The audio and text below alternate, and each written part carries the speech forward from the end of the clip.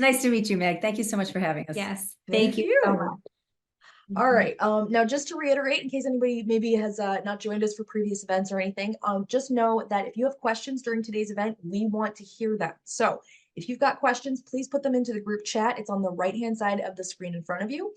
We've got Power to Fly people standing by that'll get us any questions that y'all ask in that space and send the questions over to us here in the Zoom. You can also DM any of the Power to Fly people that are in that space as well. If you have a question that you want asked, but you would like to be anonymous, that's totally fine. Yeah, and I'll keep checking back with y'all and kind of reminding you of that as we go through the next half hour. So, all right, the first question that I want to talk about, can you give us an overview of some of the technical tools that individuals might encounter during their career relaunch or pivot or job search? I think there's a lot of people that have been at this grind for a little bit, but then there's equally as many people who maybe haven't looked for a job in, a couple years to a couple decades. So Yeah. let's talk And about it's that. ever changing, right? It's like, I mean, it's unfolding in moving real target. time. Yeah, it's unfolding in real So in time. terms of what they might encounter, if you just consider kind of the continuum of a job search, it starts with an application usually.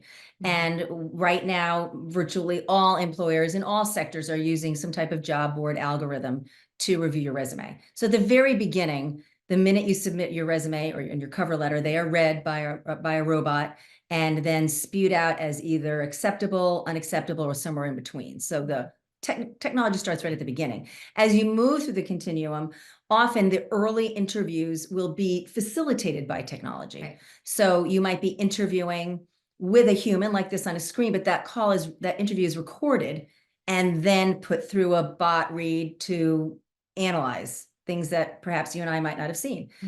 Or it might not even be a person sitting Right. across from you. It might be a bot. It might be a bot Yeah. that you're interviewing with, kind of a human sounding bot, which are Mhm. very difficult. Many companies now are assessing you, especially for technical roles where you might be doing a live technical assignment on a screen, either proctored by a human, but often proctored by a bot and always graded by some type of technology bot. So that could be a technical test, could also be an interpersonal personality test or a general aptitude test. So we're seeing a lot more of that.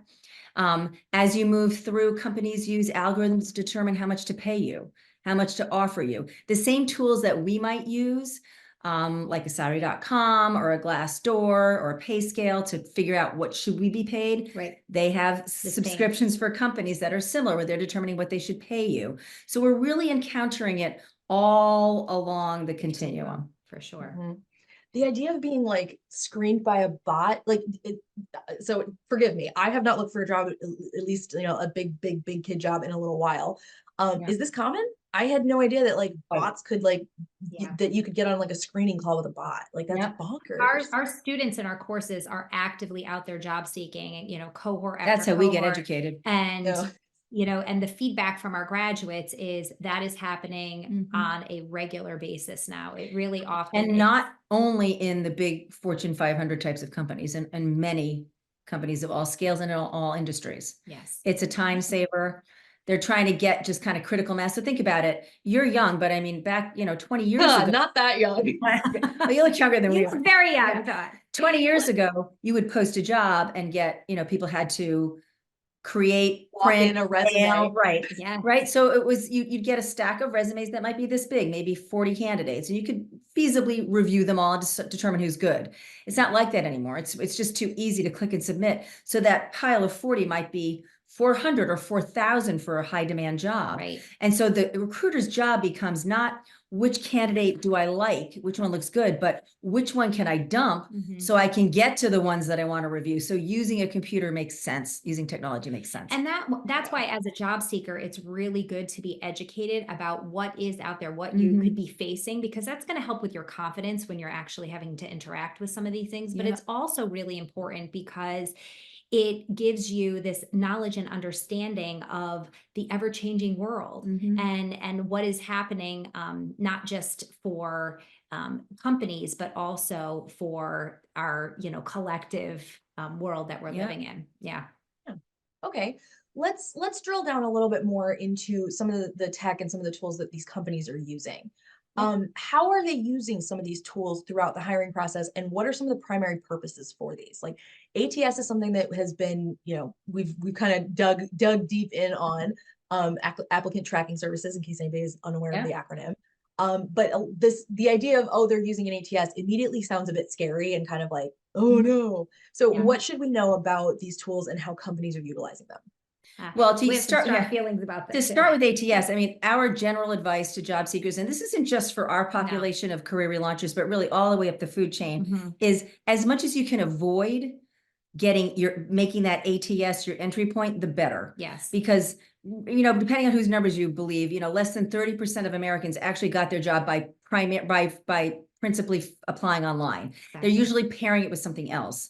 So if you can avoid that, that's great, because it's not going to catch the nuance, no matter how good how well trained and how well written those algorithms are. They're not going to pick up on the nuance of something that isn't purely conventional. So for example, if you are a computer programmer, an application developer, you're going to have an easier time making it through an applicant tracking system to get an interview, because what you do is so easily quantifiable. Mhm. But if you are a marketing person, if you're someone who's made a pivot, you're just not going to make it through. Mhm. So our general advice is for people to try to avoid that step by networking.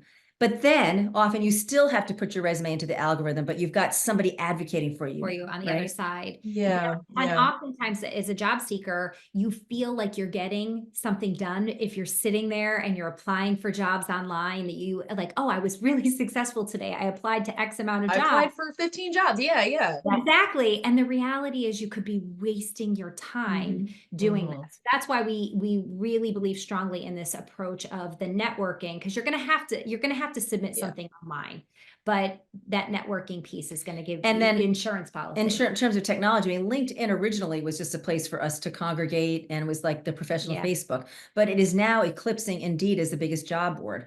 So Mhm. employers now use LinkedIn to Mhm. find you, just like you're using LinkedIn to find them. So from the user perspective, LinkedIn's a great place to network, and in less obvious ways than you think. I mean, one of the tools that a lot of our students have had great success with is just going into the alumni page of their, the LinkedIn page of their university, clicking on alumni and going and see where do they work. Where are you, or a lot of people landing that graduated from your graduate or undergraduate program? Where are the program managers working, if that's what you want to do? Where are the people who live in suburban LA working? So you can kind of do that and network that way. The recruiter and the hiring manager is doing the same thing. They're dumping keywords in to try to find you. So making sure that those skills sections on your LinkedIn profile are a real accurate reflection of what you do. So that, because those are the things that populate those LinkedIn searches. So Right. that would be on the front end. And then as we talked about earlier, I believe that most employers really are genuinely interested in conducting the best interview. But what they're Absolutely. trying to do at the front end Is weed it is out. weed it out. So those bots I don't believe they're really intended to replace a human. They're just intended to get a manageable number. Yes. And I think if you understand that, it doesn't sting quite as much when you don't get through. It's coming from the place of like empathy, like I'm Yeah. understanding what's Yeah. happening on their end. They're trying to navigate this, huge population of people that are trying to apply for this one position. Right. And so they're humans too on the other side of it eventually, right? That have to Yeah. make decisions. So how do we get it so that we're not wasting all of our time? Yeah, I like this. I like that, like the networking and stuff that you're talking about, like it's not a standalone, right? It's you're going to have to do the application bit. You're going to have to like not necessarily put pen to paper anymore, thank God, but you're gonna have to put fingers to keys and tell them what you know. And then just remember that like if you've done this other extra stuff, like kind of reminds me of like when we were kids, we used to play a game in the pool where you tried to sink everybody else. Yeah. And if you like stole all the pool noodles, you were basically unsinkable. And kind of that's what's coming to mind as you're talking about, like you're gonna have to dive in, yes, right? You're gonna have to go in there and put in all your information and stuff. But the more like, pool noodles, floaties, however you want to, whatever metaphor you want to think of your networking or your mentors or whoever, like, yeah, that's going to help you like rise up to the top a lot faster, or hopefully not maybe sink as far down. So I think that's really good. I want to say this because again, for playing Survivor, this is a good little hack that Susan teaches our students in our course, that when, you've now made this networking connection and you want to make sure that that person's name ends up in your cover letter, but there's no place to attach the cover letter in this algorithm or in this portal that you're going to have to go and upload, it's saving it as a PDF. So saving the cover letter as your first page is just a little hack that you can use to make To sure that separate that gauge- yourself yes, too, because it's yes, really easy to just click submit, but when you're writing a custom cover letter, it shows an extra level of effort. yeah. Absolutely. Yeah. All right. So let's talk about in terms of individuals, people that are applying for roles. What are some of the tech tools that could really help them in their job search? You know, resume writing, networking, negotiating. These are all like things that are very important, but can take a lot of time. Yeah. What recommendations do you have for job seekers So- trying to utilize these tools? One of the things we thought might be helpful is to break down the different tools that you're going to be using through the process, right? So really, like, let's look at resume first. So you want to— Yeah, so the first thing is, I mean, we're very judicious about using ChatGPT because ChatGPT is only as good as the content that's out there. And as someone who's been reading resumes for 30 years, I can tell you most of them are really bad. So, Well, because they're not trained, right? Like when we're talking about AI, I think you mentioned it a little earlier, right? It all depends on how well the AI is trained. We're not actually talking to, like C3PO. We're talking to like logic gates, basically. Right. So yeah, it has to be. It completely depends on how well trained your bot or your chat is. But it can be a place to start. And one of the places where we see it very helpful is for someone who might really struggle with writing. Yes. Maybe for someone who is not a native English speaker or having to write a resume in a different language. It's a starting place. It's a to structure. kind of create a structure. Yeah. But certainly cannot be relied on because the most important thing in a resume is to have an authentic voice, to be recognizable as unique. And that's hard when so many resumes are coming through. So the content is part of it. There are tools that you can use. Grammarly is one of them. I mean, even most of the basic word processing tools will be able to help you make sure your grammar is correct because there's really no place for typos in a resume. That's a pretty big red flag. In terms of format, there are so many places where you can get just to get and have your resume stand out. You can go on to Canva, a free site for graphics. You can go to Etsy. There's another site called Hlume where they're all free offerings where you can just create a template to make your resume look good. Because again, when it's actually on someone's desk, when they've gotten it down to that 40, you want yours to stand out there. What about Resume Builder and Resume Nerd? I think. Yeah, these are companies that can help you. Yeah, that's a great idea. Yeah. So Resume Builder, Resume Nerd, those are free sites as well. And I'm sure there are more where you can just go in and it kind of prompts you through how to organize your resume. And there are a lot of schools of thought out there, but really the tried and true resume is the reverse chronological resume that starts with a profile statement, a skills list, and then your experience that all defends those other things.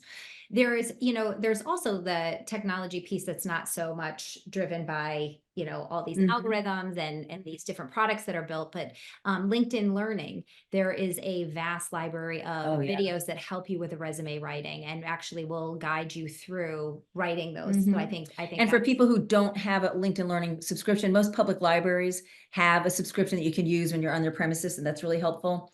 Speaking of, I like that. Yeah. Speaking of LinkedIn, everybody needs a LinkedIn page. Yes. It's not a nice to have anymore. And it's a need to have. Yes. Yeah. And LinkedIn, I was just teaching a course on LinkedIn today, teaching people how to set up their pages or improve them. The tools are so intuitive. It's a great platform, really. And there are tons of tutorials within the platform to teach you how to make it great. Because remember, it's no longer just a place to connect. It's a place to be found. Yeah. So it would be another tool. Moving through the process, let's say now you've gotten your resume, you've done your LinkedIn, you've networked using LinkedIn and your human network to find some entrees into the door. When you get your interview, there are ways to prepare for that as well. So there are, LinkedIn has its own tool on right on the screen, right on your homepage. You can click on it and it will give you an interview question and you can answer it and it will give you feedback. Also kind of bot controlled. Yeah. I mean, a slightly lower tech way is to do it on Zoom. Many of your interviews will be done on Zoom. Check your space. Where are you looking? How are you perceived on the screen? But all of these things matter. Yeah. All of these things matter when you get in there and you start answering these questions and you feel nervous and all of those, things that can derail you kick in. It's that practice piece. And there are a lot of tools out there that are really help with that. There's another way, it's a little more cumbersome, but let's say I always like to look at when I'm helping a client or a student, if they're looking to work somewhere, who are they hiring? Yeah. Because companies have they don't even know it all the time, but they have a certain kind of formula they're using. There's a certain type that they're looking for. So for example, you could find out who the other 5 project managers are in the company that you want to work on the team. You could cut and paste their LinkedIn experience sections right into ChatGPT and ask the question, can What you are please common tell me threads? what are the common themes among these 5 candidates or 5 employees? And you can see, oh, these are the things That and if they're you're looking for. yes, you can see that. Similarly, if you're looking at job descriptions, and we know that they can be very long and often there's, it's the kitchen sink syndrome. If you just don't have the attention span, you're looking at too many job descriptions, use ChatGPT to cut and paste a job description and say, tell me what are the top 10 things I need for this job. These are good uses, I think much better uses for ChatGPT, for example, than writing your resume. Well, likewise, just one other that you can use with ChatGPT is then the networking piece. So say you want to network at a particular organization and taking, the team that you would want to be a part of and taking their bios from LinkedIn, putting those into ChatGPT and just say, what are the, the top 5 things I should know about this person's profile or this team. And then you can use that information when you're trying to network with them to have conversations, just give you some conversation starters. And you can do the same thing if you know ahead of time what your interview panel is going to be. Right. Yeah. Yes. I like this. Yeah. Good. All right. We are getting some questions in the chat here. Rhonda had asked, what's the likelihood that recruiters pull resumes from people who have set up profiles on their company site? This is a really good question. I don't know that we'll be able to answer it, but what do you think? Or have you heard anything from your students or from clients? My general rule is you should apply every way that's possible. So when you find a job, let's say you find a job on LinkedIn, look it up on Indeed, look it up on the company website. In fact, I actually think the company website name may not be as regularly patrolled as, an automated job board, but it's typically patrolled by a person. So I would want that. Often it's also not always really abundantly clear when you're applying for a job on Indeed or another job board, if it's going through a third-party recruiter first. Exactly. So when you can apply directly, always do it that way. I like that. I like that advice. We do have a couple questions in the chat thread, people asking about links. I think that Megan Fraser has just shared another link as well. So if you tried that previous link and it didn't work, try it again. It's apparently functioning now. Let's see here. I think that might, we're good on audience questions for now. So we'll go back to the ones that we were already expecting. All right, let's talk about some of the ways these tools can help as well as hinder during the job search. Everybody, I would absolutely love to let the robots do all of the grunt work for me. But what are some of the pitfalls here, or some things that people should watch out for? Well, let's talk about a couple of things. So first, when it comes to the resume, I mean, it has to be written in your voice. We actually don't even believe that you should hire someone to write your resume. You really have to write it on your own. Because if you look at the portability of a resume, the resume is your print version. It becomes a little bit more alive on LinkedIn when you can talk in first person, you have a little more space. But then it also becomes your talk track for networking, for interviewing. And if someone else has written it, it's not in your voice and you don't adopt it as well. And we believe strongly that what happens through the process of you building out all of those different tools. So if you write your resume, you do your LinkedIn profile, you write that bio section, you are, putting together an elevator pitch, right? You actually are growing your confidence in the process of that. So by the time you are talking to people, you're sitting on an interview, this is going to roll off your tongue so much more authentically real. And you're going to feel the confidence and security that you want when you're on an interview. And having been in the interviewer seat, I mean, there are candidates, I'll interview them and I forgot them by the next day. And it's not because I'm unkind and I wasn't listening. It's because I'm interviewing a lot of people. And the most important thing to be in an interview is memorable. And the way to be memorable is to have an authentic voice to tell your story. So there is where you can you can see how it could hinder, using the technology could hinder too much. Right, because what we have found, because we have students that will show up and we know that they've used ChatGPT to come up with their profile statement, say, or write their section on LinkedIn. And it feels a little soulless. It feels like you could take someone like you and you could just see you exude personality. You exude a vivaciousness, right? Well, ChatGPT is writing your bio or writing your profile statement. Guess how that's going to read? Not well. It's going to read. It's going to be flat, or it's not. It's not going to match. Watered down version of maybe a little bit of who you are. So really, bringing your voice to the table is huge. What do you say to people that are like, that don't necessarily know what their voice is, right? Like there's a lot of people that think that they can't write well, or they think that like it has to sound a certain way. Yeah. So what do you tell people when they're like, okay, well, yeah, like the robot wrote this, but like I can't do anything better? What do you tell them? We tell them to sit with a friend Yeah. and just talk to them. Let someone interview them. Yeah. Let that other person either record it or take notes. Yep. If you're really not comfortable expressing your own strengths and talents, ask other people what they are. Yes. And often it'll be written back to you or spoken back to you in really authentic language, unique language. A great exercise to do to make that, to do that strengths, get a better understanding of your strengths, is just to sit with one person and tell them a story of a time where you either overcame an obstacle or you were like firing on all cylinders and hitting it out of the park in like a work experience that you had, and have them just listen for what is this person's strengths, because those strengths can become sound bites that you then put into your profile statement. That's your voice. That's your voice. And it doesn't have to be fancy, and you don't have to use a lot of keywords.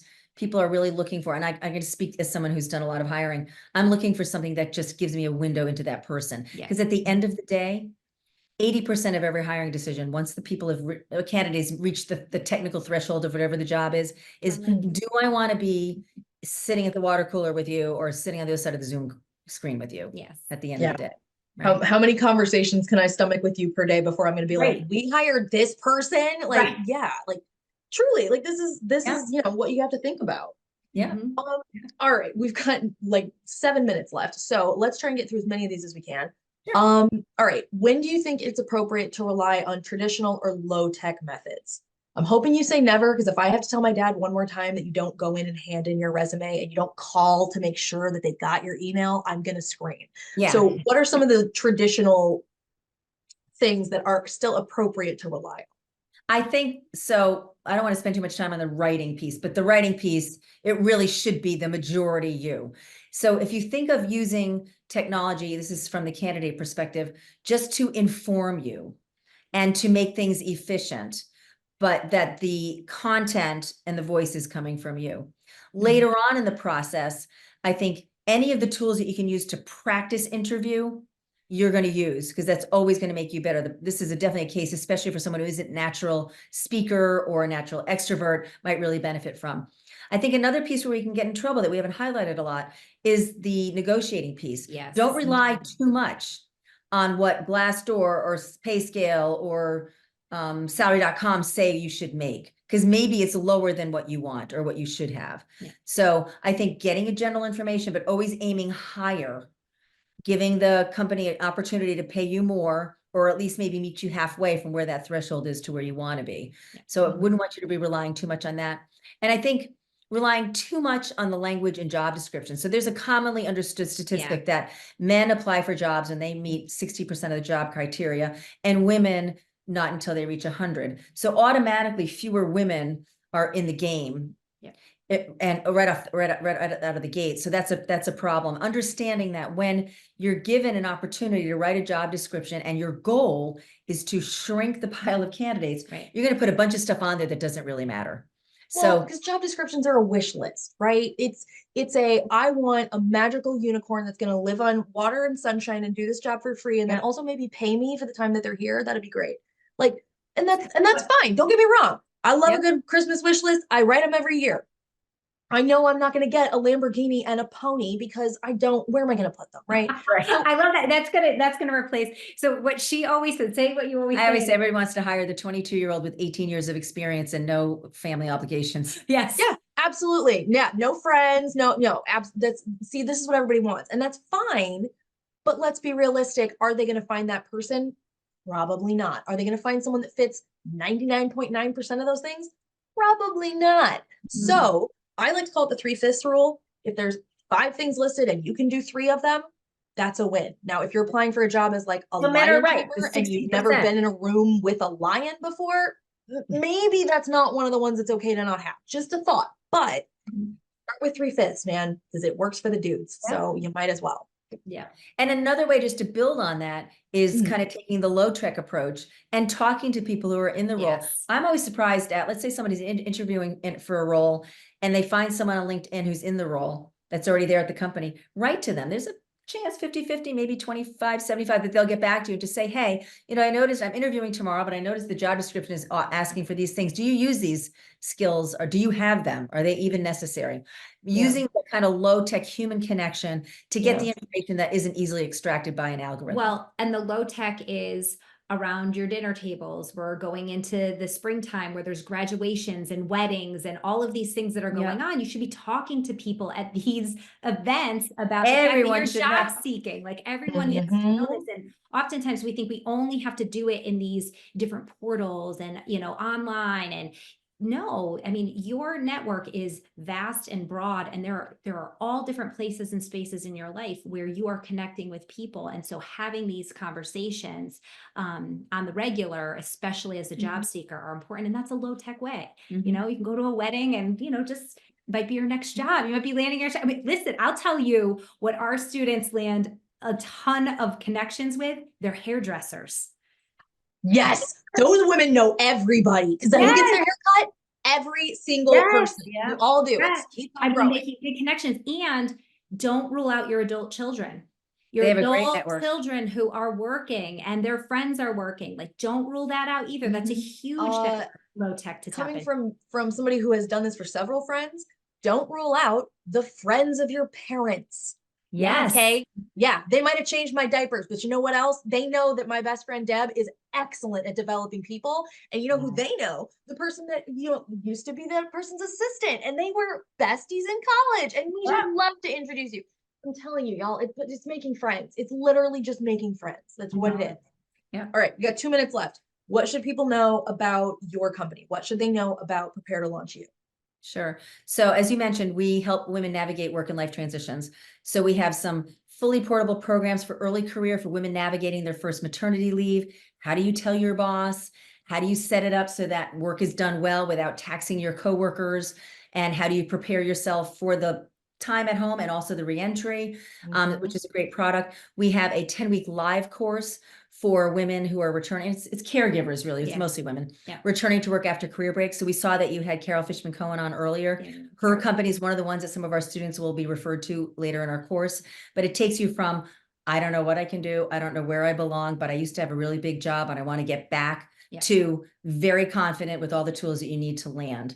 And we do offer that 3 times a year. We're in the thick of it right now. Yeah, we are. We're in week 6. And we have another semester coming out in April. Yep. As you mentioned, we offer a similar program for military spouses that is fully subsidized. Currently, it's subsidized by Boeing and News Corp through an organization out of Manhattan called 4 Blocks. So that's for military spouses who have their own unique challenges. And then we have some spot courses that are available on creating a resume when you have a career gap, creating a LinkedIn profile and using it to network. So all that's, and then we have tons of content on LinkedIn. Free content. On YouTube. Yeah. Awesome. So we're everywhere. Yeah. Ladies, this has been wonderful. It goes way too fast as always. But I just want to say, Kelley and Susan, thank you so much for joining us, for sharing more about your program, what y'all do. It sounds really awesome. And I very much hope that that a ton of our Power to Fly people come over and utilize your services as well. Thank you. It was so nice to meet you, Meg. So Thanks nice a lot. to meet you. Yes. Yes, thank you.